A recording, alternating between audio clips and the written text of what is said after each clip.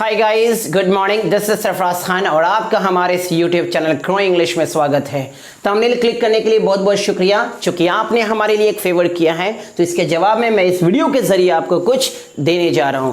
साथ ही मैं उन सारे व्यूवर्स के शुक्रगुजार हूं जिन्होंने हमारे इस फर्स्ट वीडियो को, जो कि 15 अगस्त 2020 को अपलोड हुई थी, उस वीडियो को ना तो सिर्फ अपने प्यार और सपोर्ट ही दिया बल्कि इस वीडियो को एक कामयाब वीडियो बना दिया।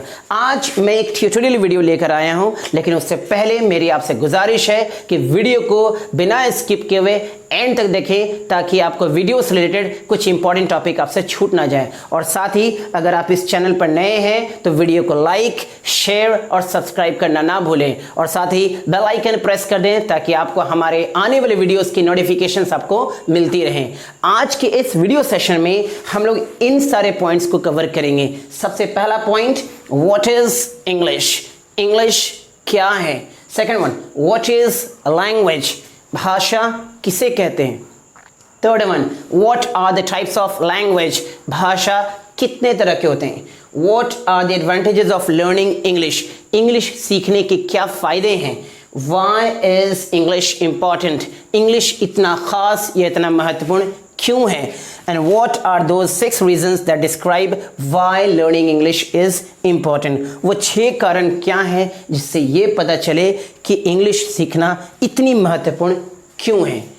Based on these topics, अगर आपको किसी तरह का कोई डाउट्स या अगर आप मुझे सजेस्ट करना चाहते हैं तो आप कमेंट सेक्शन पर कमेंट जरूर करें। Instead of wasting time, अगर आप इंटरेस्टेड हैं, कंटिन्यू वॉचिंग।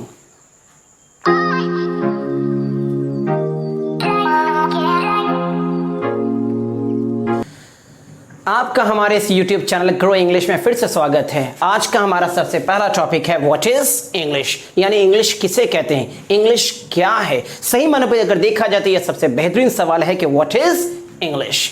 कल्पना कीजिए कि आपके पेरेंट्स यानी आपके मम्मी पापा अगर आपसे कहते हैं कि कल हम लोग म्यूजियम जा रहे हैं और आपको इसके बारे में कुछ भी पता नहीं है कि म्यूजियम क्या होता है, वहां पर क्या क्या चीज मौजूद होती है, कि ये पक्षी का नाम है, कि कोई जानवर का नाम है या फिर कोई खिलौना है, तो आप अपने पेरेंट्स यानी मम्मी पापा से ये सवाल जरूर करेंगे कि ये क्या चीज है, वहां पर क्या चीज मौजूद होती है।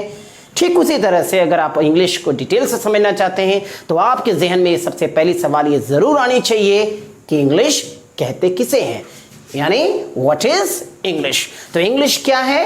It is a language. ये क्या है? एक भाषा है।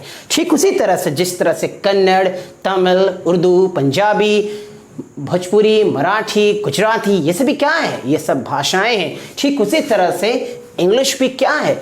एक भाषा है। अब हमारे सामने एक और सवाल आ जाता है, व्हाट इज अ लैंग्वेज? भाषा कहते किसे हैं? इंग्लिश तो एक भाषा है, लेकिन भाषा कहते किसे हैं? इसे हम लोग समझ लेते हैं कि भाषा कहते किसे हैं। भाषा वो माध्यम है जिसके जरिए कोई दो या दो से ज्यादा इंसान एक दूसरे से बातचीत कर सके, चाहे वो लिखकर, बोलकर या फिर इशारों में बात कर सके। ऐसे माध्यम को हम लोग कहते हैं भाषा। यानी language is a medium through which 2 or more than 2 people can communicate with each other or one another either through writing, speaking or through alluding। एक वो इंसान जो बोल नहीं पाता हो, किसी कारण वो बोल नहीं पाए, तो वह लिखकर अपनी बातों को सामने रख सकता है। और एक वो इंसान जो ना तो बोल पाता हो ना ही लिख पाता हो, तो वह अपनी बात को इशारों में भी पेश कर सकता हो। तो हम लोग अब इस चीज को समझ चुके हैं कि भाषा कहते किसे हैं। भाषा वो माध्यम है जिसके जरिए कोई दो या दो से ज्यादा इंसान एक दूसरे से बात कर सके, चाहे वो लिखकर या बोलकर या फिर इशारों में। अब हम लोग आते हैं अगले टॉपिक पर, what are the types of a language? What are the types of language? ये समझनी बहुत ज़रूरी है कि दुनिया भर में 6500 से ज़्यादा भाषाएं बोली जाती हैं। और अगर आप बात कर लें हमारे देश का, तो हमारे देश में 100 से भी ज़्यादा भाषाएं बोली जाती हैं। इसलिए हम लोग भाषा को 3 कैटेगरीज में बांट देते हैं। भाषा को कितने कैटेगरीज में बांट देते हैं? 3 कैटेगरीज में। The first one is mother language, जिसे हम लोग कहते हैं मातृभाषा। The second one is national language, जिसे कहते हैं हम लोग राष्ट्रीय भाषा और राष्ट्रभाषा। And the third one is what?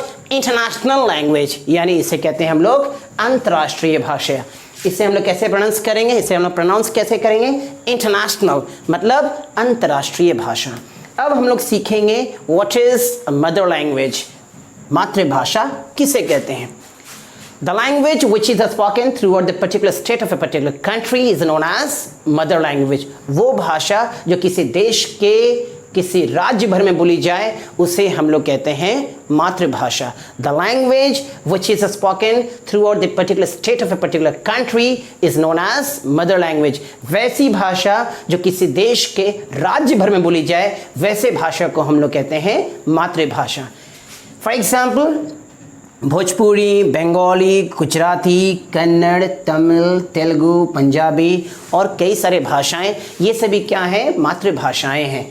क्योंकि बंगाली एक ऐसी भाषा है जो कि वेस्ट बंगाल में बोली जाती है, तमिल ये वैसी भाषा है जो कि तमिलनाडु में बोली जाती है, गुजराती एक ऐसी भाषा जो कि गुजरात में बोली जाती है, बंगाली ऐसी भाषा जो कि वेस्ट बंगाल में बोली जाती है, भोजपुरी एक ऐसी भाषा जो कि बिहार या फिर उत्तर प्रदेश में बोली जाती है।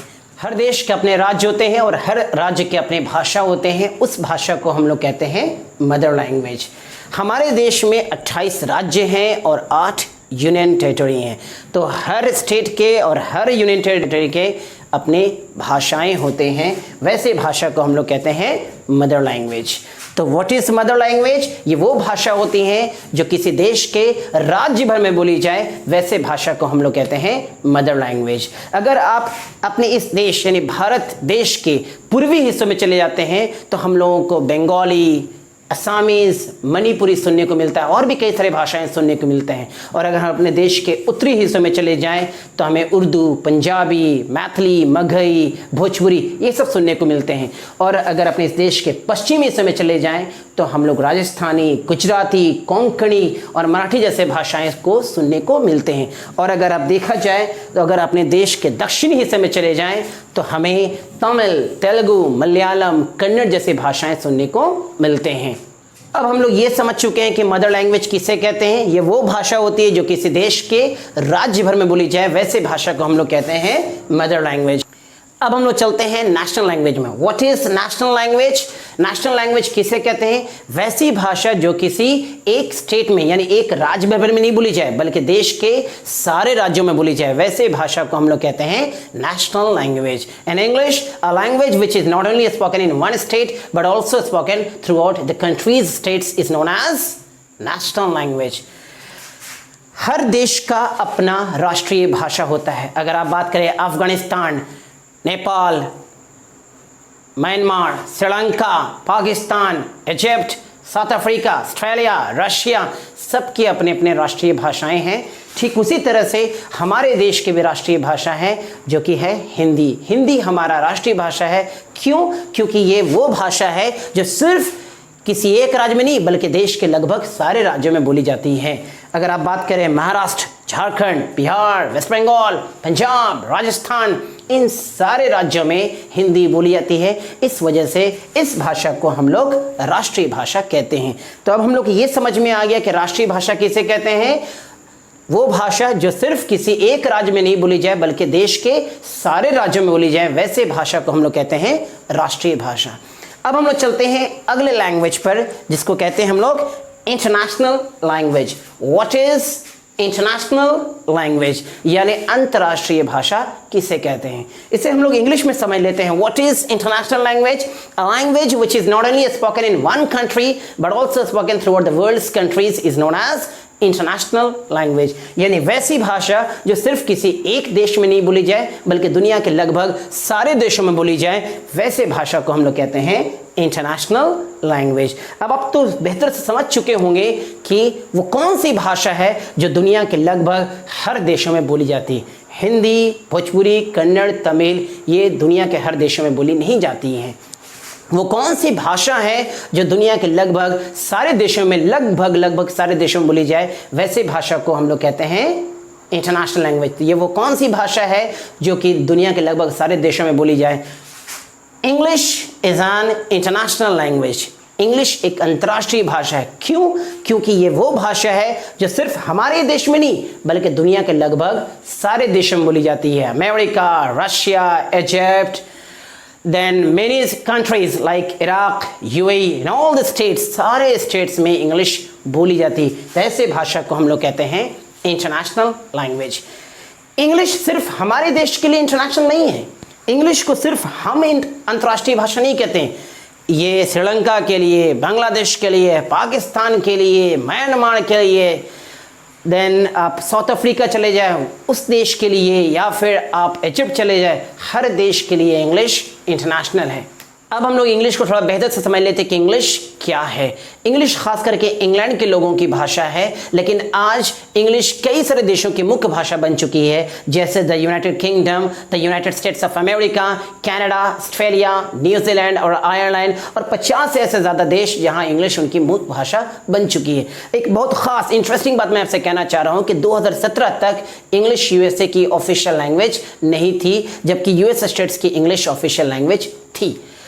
दुनिया भर में 400 मिलियन से ज़्यादा लोग इंग्लिश के नेटिव स्पीकर्स हैं और 1 बिलियन से ज़्यादा लोग ऐसे हैं जिनकी इंग्लिश उनकी सेकंड लैंग्वेज है। और पूरी तरह से मिलाकर देखा जाए तो इंग्लिश तीसरी ऐसी भाषा है जिसे अगर आप देखते हैं तो नेटिव और नॉन नेटिव स्पीकर अगर मिलाकर देखें तो इंग्लिश ऐसी तीसरी भाषा है जो पूरी दुनिया भर में लगभग बोली जाती है, सभी लोग उनको लगभग बोलते हैं। अब हम लोग अपने इस वीडियो सेशन के इन 2 टॉपिक्स को कवर करते हैं। सबसे पहला, what are the advantages of learning English, English सीखने के क्या एडवांटेजेस हैं, और दूसरा, व्हाई इज इंग्लिश इंपॉर्टेंट। सबसे बड़ी एडवांटेज इंग्लिश सीखने की है कि आपके करियर के प्रॉस्पेक्ट्स और आपके एम्प्लॉयमेंट की अपॉर्चुनिटीज में इजाफा हो जाती है। अगर आप अच्छा इंग्लिश बोल लेते हैं अपनी फर्स्ट लैंग्वेज के साथ, तो आपके नेशनल कंपनीज के साथ साथ इंटरनेशनल कंपनीज भी आपको रिक्रूट कर लेती है। अब हम लोग आते हैं अपने दूसरे टॉपिक पर कि why is English important, English इतनी खास क्यों होती है। इसके सीधे से जवाब ये है कि अगर आप इंग्लिश बेहतर से बोलना जानते हैं, इंग्लिश आप बेहतरीन तरीके से जानते हैं, तो आप मल्टीनेशनल कंपनीज या इंटरनेशनल कंपनीज में जॉब मिलने की चांसेस आपकी बढ़ जाती है, चाहे वो अपने देश में हो या फिर देश के बाहर दूसरे देशों में, आप जॉब की चांसेस आपकी बढ़ जाती है।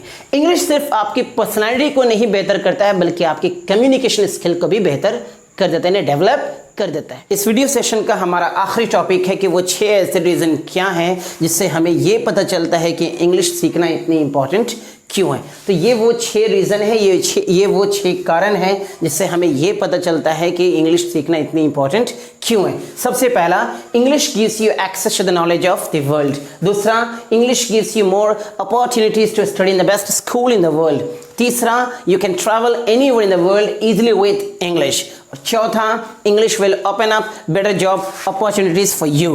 पांचवा, you can make new friends. और आखिरी, you will exercise your brain. हम लोग इन रीज़न को एक एक करके पढ़ेंगे। सबसे पहला रीज़न ये है कि English gives you access to the knowledge of the world. इसका मतलब यह है कि इंग्लिश जो है वो टेक्नोलॉजी की एक भाषा है, ख़ास करके ये हाई टेक्नोलॉजी की भाषा है, जैसे कंप्यूटर साइंस, जेनेटिक्स और मेडिसिन। अगर आप इंग्लिश में फ्लुएंट हैं तो आप दूसरे देश के कल्चर को उनके फॉरेन टेक्स्ट बुक्स या फिर लिटरेचर से आप समझ करके भी उनके बारे में आप बेहतर से बेहतर जान सकते हैं। आप वर्ल्ड के नॉलेज को आप बेहतरीन से एक्सेस कर सकते हैं। तभी ये पॉसिबल है जब आपके पास इंग्लिश की परफेक्ट कमांड होगी, तो आप आसानी से वर्ल्ड की नॉलेज को आप आसानी से एक्सेस कर सकते हैं। हमारा दूसरा रीज़न ये है कि English gives you more opportunities to study in the best school in the world. इसका मतलब ये है कि जैसा कि हम सभी जानते हैं कि ज़्यादातर अच्छे स्कूल जो है इंग्लिश स्पीकिंग कंट्रीज़ में हैं, जैसे हार्वर्ड, ऑक्सफोर्ड, येल। चूँकि इंग्लिश जो है वो कई सारे देशों में बोली जाती है, इस वजह से अगर हम लोग उन देशों के अच्छे स्कूल में अगर एडमिशन चाहते हैं या बेहतर पढ़ाई चाहते हैं, बेहतर तालीम चाहते हैं, तो हमें इंग्लिश आना बहुत ज़रूरी है, यानी हमें इंग्लिश में फ्लुएंट होना बहुत ही ज़रूरी है। अब हम लोग अपने तीसरे रीज़न की तरफ मूव करते हैं। You can travel anywhere in the world easily with English. इसका मतलब यह है कि अगर आप इंग्लिश बोलने और समझने में सक्षम हैं तो दुनिया के किसी भी कोने में आप जा सकते हैं, सफ़र कर सकते हैं। आप इवन दो बहुत ही सेफर कॉन्फिडेंट महसूस करेंगे। अगर आप इंग्लिश जानते हैं तो आप आसानी से दुनिया के किसी भी कोने में सफ़र कर सकते हैं। अब हम लोग मूव करते हैं अपने चौथे रीजन की तरफ, that English will open up better job opportunities for you. इसका मतलब ये है कि इंग्लिश उन लोगों के लिए फायदेमंद हो जाती है जो मल्टीनेशनल और इंटरनेशनल ऑर्गेनाइजेशन में काम कर रहे होते हैं। आप अगर इंग्लिश में बेहतरीन हैं, अगर इंग्लिश में आप फ्लुएंट हैं, तो आप फॉरेन क्लाइंट्स और बिजनेस पार्टनर से आप आसानी से कम्युनिकेट कर पाएंगे। सिर्फ यही नहीं, अगर आप बेहतरीन करियर ढूंढ रहे हैं, चाहे वो मेडिकल साइंस में हो या कंप्यूटर साइंस में हो या फिर इंडस्ट्री फील्ड में हो, तो इंग्लिश आपके लिए बहुत ही जरूरी है। अब हम लोग मूव करते हैं पांचवें रीजन की तरफ कि that you can make new friends. अगर आपके इंग्लिश में परफेक्ट कमांड है, एक अच्छे आप इंग्लिश में फ्लुएंट हैं, तो दूसरे देश के लोगों के साथ आपकी दोस्ती हो सकती है, क्योंकि अगर आप इंग्लिश में फ्लुएंट हैं, इंग्लिश में बात करना जानते हैं, तो आप आसानी से कई सारे दोस्त बना भी सकते हैं। अब हम लोग मूव करते हैं आखिरी रीजन की तरफ that you will exercise your brain. इसका मतलब यह है कि नए भाषा को सीखने से आपके दिमाग की क्षमता की शक्ति बढ़ जाती है, साथ ही साथ आपके मेमोरी के इंक्रीमेंट होने में मदद भी करती है। तो ये थे वो 6 रीजन जिससे हमें ये पता चलता है कि इंग्लिश सीखना कितनी महत्वपूर्ण है। अगर आपको हमारा ये वीडियो पसंद आया होगा तो इस वीडियो को लाइक करें, शेयर जितना हो सके शेयर करें और सब्सक्राइब करना ना भूलें। Thank you for watching this video. Have a good day. Take care.